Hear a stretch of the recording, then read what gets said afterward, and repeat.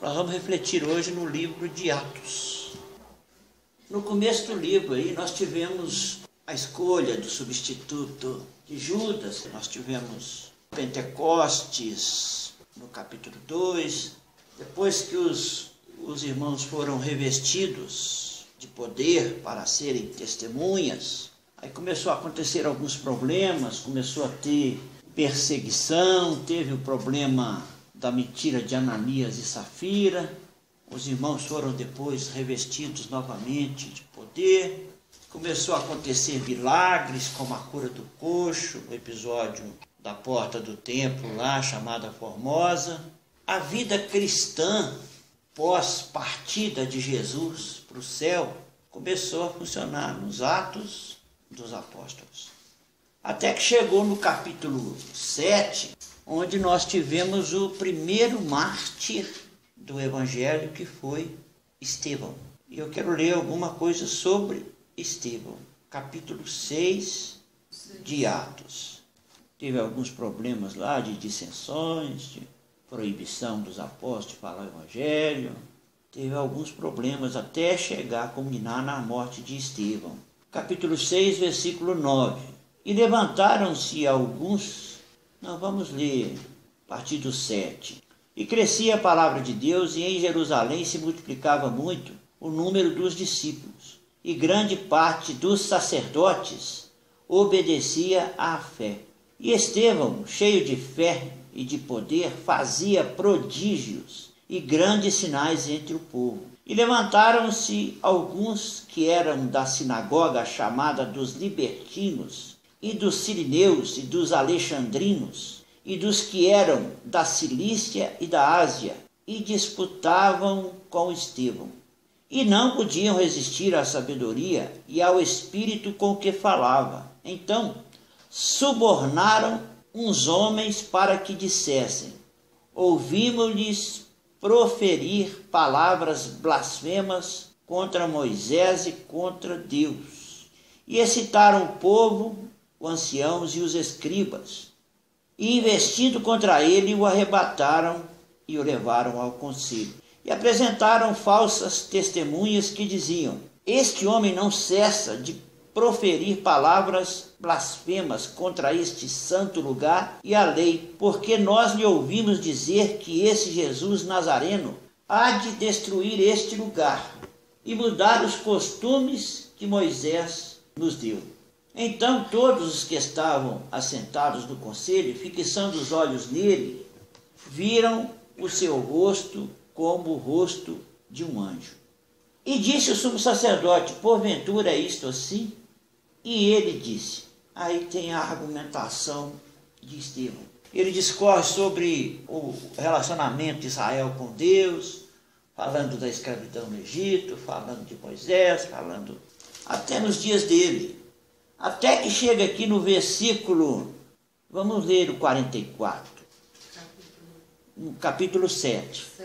Estava entre nossos pais no deserto o tabernáculo do testemunho, como ordenara aquele que disse a Moisés que o fizesse segundo o modelo que tinha visto, o qual nossos pais, recebendo-o, também o levaram com Josué quando entraram na posse das nações que Deus lançou para fora da presença de nossos pais, até os dias de Davi, que achou graça diante de Deus e pediu que pudesse achar tabernáculo para o Deus de Jacó. E Salomão lhe edificou casa. Mas o Altíssimo não habita em templos feitos por mãos de homens, como diz o profeta.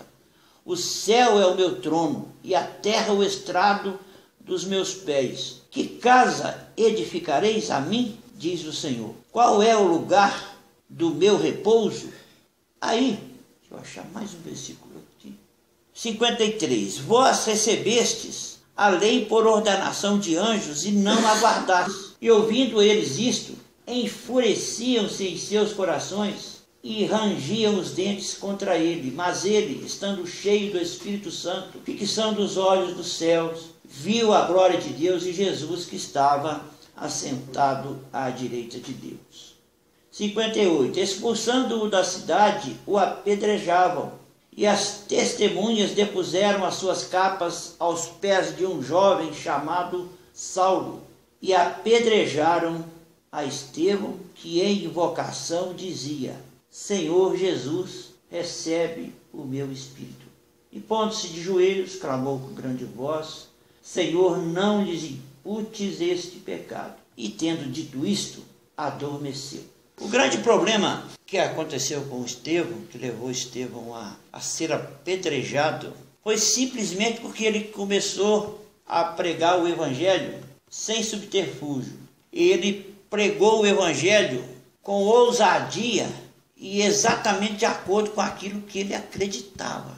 Quando Jesus foi para o céu e antes de ir prometeu que viria o Espírito Santo para continuar a obra dele, para habitar em nós, para nos conduzir em santificação e aperfeiçoamento até o dia que Jesus vai voltar.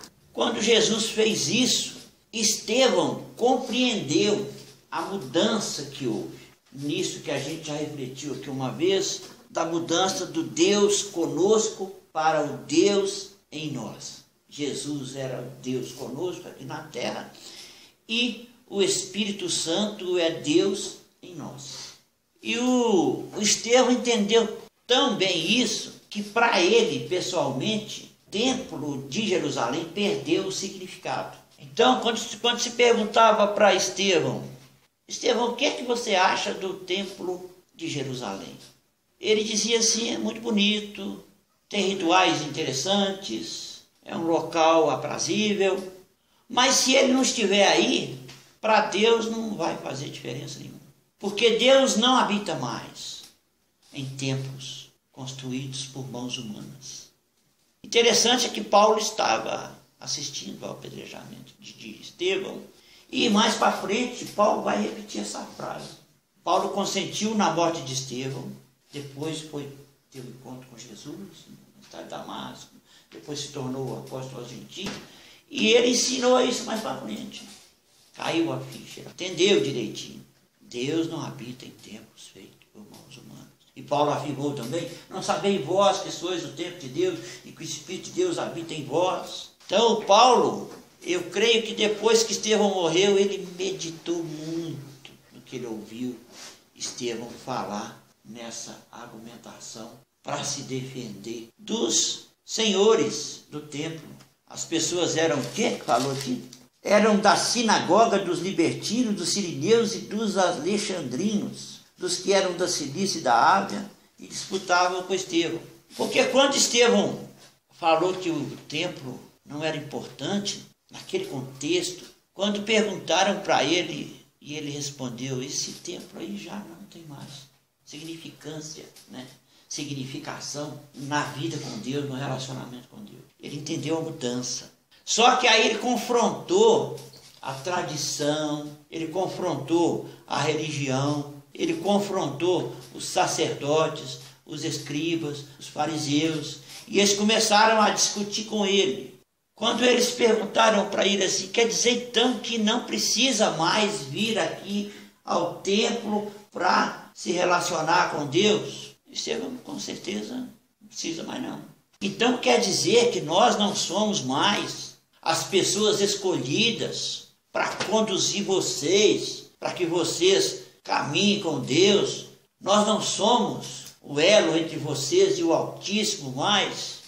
Estevão, com certeza não. E aí eles se enfureceram e quiseram apedrejá-lo, e incitaram o povo contra Estevão e levaram Estevão ao apedrejamento. Porque você já imaginou se naquele tempo a ficha caísse para todo mundo e as pessoas começassem a viver como templos e a se relacionar com Deus com a intermediação do Espírito Santo que estava habitando nelas? Quantos sacerdotes da época que iam perder seus empregos? O templo teria perdido totalmente a significação naquela época. Os templos de hoje são iguaizinhos aos templos de antigamente. Os sacerdotes de hoje, estou falando no geral, os sacerdotes de templo são do mesmo jeito. A denominação virou uma instituição religiosa. Então, mais do que ensinar as pessoas a se relacionar com Deus, eles ensinam as pessoas a frequentar os templos. Mais do que trabalhar a intimidade com Deus, eles querem que as pessoas trabalhem para elas com o argumento de que estão trabalhando para Deus. E aí, quando a gente olha para a vida de Estevão, quando a gente olha o discernimento que ele teve, e a gente vê que ele pagou com a vida por causa disso, e ele estava tão convicto, tão sereno, que ele entendeu a ignorância do povo. Pai, ó, não lhes imputes este pecado. Eles estão arraigados de religiosidade, eles estão cheios de religião, eles estão cheios de Moisés e ainda não assimilaram o Cristo. Eles não sabem o que eles estão fazendo. E aí a gente, refletindo sobre isso, a gente vê que quando eles confrontaram Estevão, eu creio que Estevão deve ter falado com eles assim, ó, vocês estão no capítulo errado. Nós já estamos aqui no capítulo 7. O Pentecostes que aconteceu lá no capítulo 2. No capítulo 2 o Espírito Santo foi derramado. E foi derramado sobre toda a carne. Então o sacerdócio de Cristo passou a ser confiado ao Espírito Santo para nos conduzir, santificar e aperfeiçoar, até entregar para ir de novo. Eu vou, você fica aí, você faz o serviço, continua. Você vai fazer isso do jeito que eu te falei. Porque você só vai falar daquilo que eu falei. Você só vai ensinar de acordo com o que eu ensinei. E aí o tempo foi passando e o mundo caminhou na direção de voltar para o jeito que era antes. As instituições insistiram em fazer do jeito que era antes. Jesus mudou, eles não aceitaram a mudança. Jesus estabeleceu um novo pacto, uma nova aliança. E eles insistem em caminhar de acordo com o velho pacto, com a velha aliança. Jesus não aboliu a lei, ele cumpriu a lei. Jesus não acabou com a lei. Jesus é defensor da lei. A lei é necessária, mas os rituais da lei não mais. O relacionamento com Deus é muito mais profundo, muito mais intenso, muito mais íntimo, depois que Jesus morreu e foi para o céu e mandou o Espírito Santo para habitar em nós. Eu sou contra a igreja? Eu não sou contra a igreja, sou a favor de igreja, mas como um local de reunião de pessoas que amam a Deus, para juntos, num momento de comunhão, adorar o Senhor, falar de Deus, falar de Jesus. Mas eu creio que se você perguntasse para o Estevão, vai ser necessário ir aos templos? Eu ia falar, não vai ser necessário. Porque a partir de agora, o relacionamento com o Altíssimo vai ser do jeito que Jesus ensinou para a samaritana. Não vai ser no poço de Jacó, não vai ser em Samaria, não vai ser em Jerusalém. Vai ser em espírito e em verdade. Vai ser o Espírito de Deus em comunhão com o meu Espírito, me levando à comunhão com o Deus Todo-Poderoso. É um assunto que às vezes eu sou até meio repetitivo quando eu converso sobre isso. É um assunto que eu sei que costuma ser meio perigoso de conversar sobre ele. É polêmico. Parece que eu sou contra a igreja. Eu não sou contra a igreja, eu sou igreja. Eu não sou contra os irmãos se reunirem, eu gosto de me reunir, eu gosto de estar junto, eu gosto de cantar junto, eu gosto de louvar o Senhor junto, adorar junto. Eu só não consigo e nunca consegui me encaixar nesse sistema que insiste em fazer do jeito antigo. Eu estou no jeito novo, que insiste em valorizar muito mais o templo de concreto feito por mão humana do que o templo que o próprio Deus fez e escolheu para habitar, que me extasia, me maravilha, que sou eu. Deus me valoriza mais do que qualquer templo, mais do que o templo de Salomão de Israel, do que o de São Paulo, mais do que as igrejas todas mais pomposas que tem por aí, mais cheias de estrutura. Deus se agrada da reunião dos santos, mas os templos de concreto são para conforto dos santos, não são para relacionamento com Deus. A igreja é o local onde a gente se reúne para confraternizar, para congregar, para conhecer melhor uns aos outros. Congregar é agregar junto, chegar junto no mesmo lugar. Congregar é estar com. Essa palavra não é voltada mais especificamente para as igrejas. Dentro das igrejas e com os irmãos e com Cristo, e com Deus, tudo ao mesmo tempo. Aqui nós estamos congregando. Congregar é estar junto. Não necessariamente dentro do templo. Nas casas, nas praças, nos lares, nas ruas, tudo significa nos hospitais. congregar. O que Jesus definiu como congregação? Onde estiverem 2 ou 3 reunidos em meu nome, eu estarei no meio deles. Qualquer lugar que a gente se reunir em nome de Jesus, independente da estrutura que esteja ao redor, independente das almofadas, das cadeiras confortáveis, independente dos telões cinematográficos de LED, independente das estrelas gospel, independente disso tudo, onde a gente se reunir em nome de Jesus, a gente está congregando, a gente está aprendendo de Deus, a gente está buscando Deus, a gente está se relacionando com os irmãos. E a gente está querendo viver a nova aliança do jeito que Jesus instituiu. Os templos são mais necessários para atrair pessoas do que para fazer com que as pessoas se relacionem com Deus. Porque, infelizmente, as denominações pararam nessa primeira fase. Eles atraem as pessoas, mas são muito poucas igrejas que têm um trabalho sério de discipulado, de amor, de instrução com as pessoas. Envolvem as pessoas no serviço do templo físico, mais do que no crescimento do templo interior. Medem o crescimento do evangelho pelo tanto de pessoas que colocam dentro do templo físico. E eu meço o crescimento do evangelho pelo tanto de evangelho que eu coloco dentro do templo que Deus fez. O evangelho cresce não é quando enche um templo.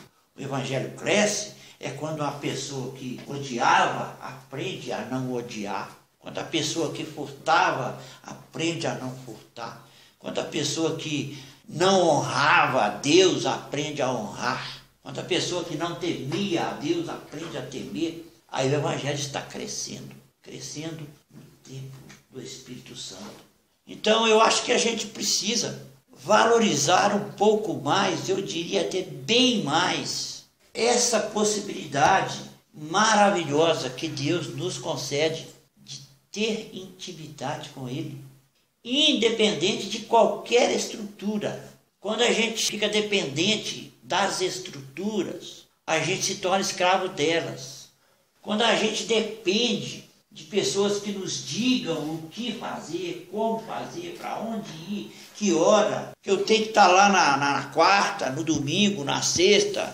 Se eu não for, o pastor vai lá na segunda me cobrar que eu não fui. Por que você não foi? Tudo faz parte da vida cristã. Mas é preciso que a gente filtre o que é relacionamento com Deus, do que é relacionamento com a denominação. O que é caminhar com Deus, o que é caminhar com um grupo de pessoas, o que é buscar a intimidade com Deus, o que é buscar um sistema de benesses de Deus, sabe? O que se oferece é isso. Vai lá todo dia, vai lá 7 dias seguidos, vai lá 3 vezes por semana, vai lá, que Deus vai resolver todo o seu problema. Jesus nos convida à comunhão e à intimidade com Ele, sem amarra, porque dentro de nós está o Espírito de Deus. E onde está o Espírito de Deus, aí há liberdade.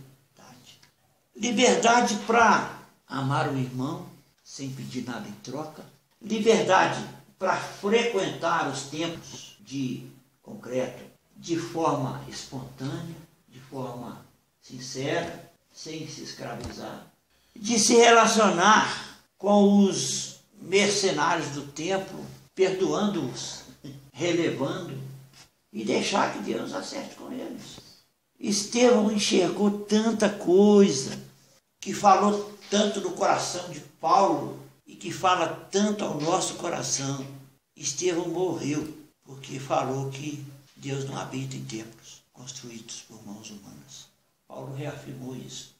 E as estruturas religiosas continuam afirmando que para eu me relacionar com Deus, eu tenho que ir lá todo domingo. Não, relacionamento com Deus é todo dia, na minha casa, no meu secreto, na minha leitura, na minha oração, na minha conexão com Deus.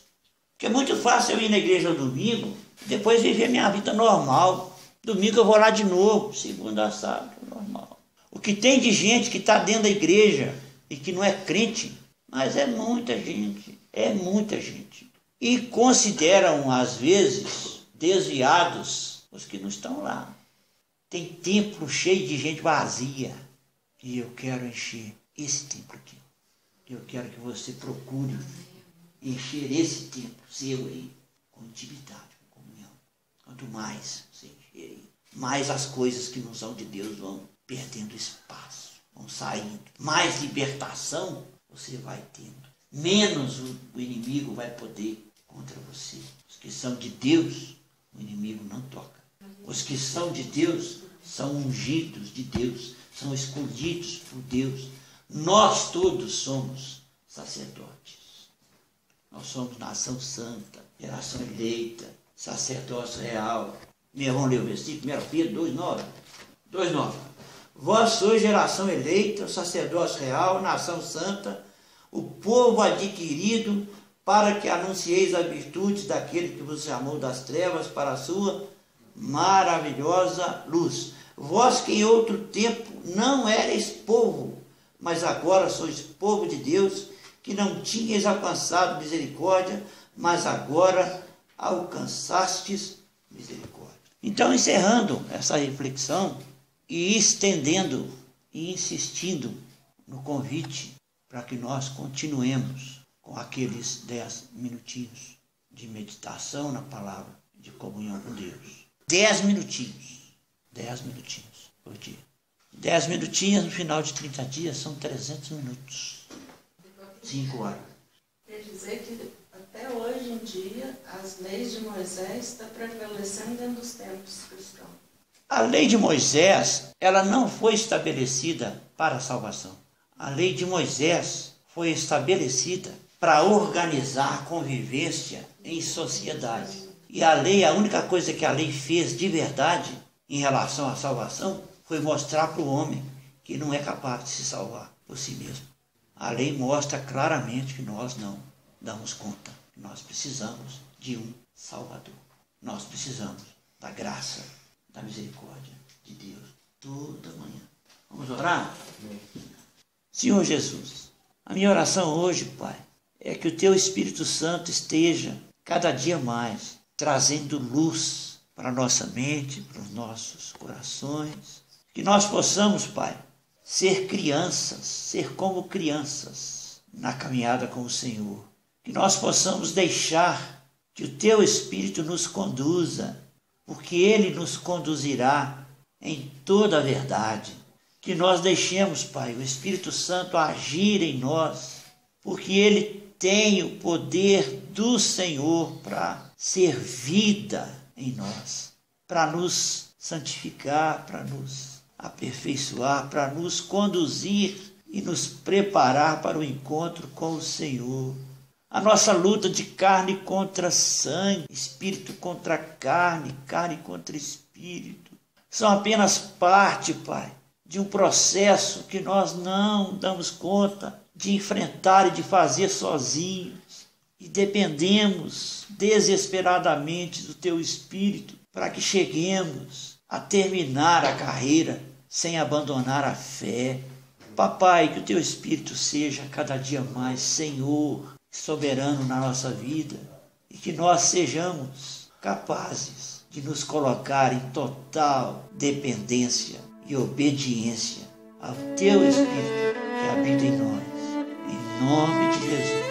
Amém. Amém, querido.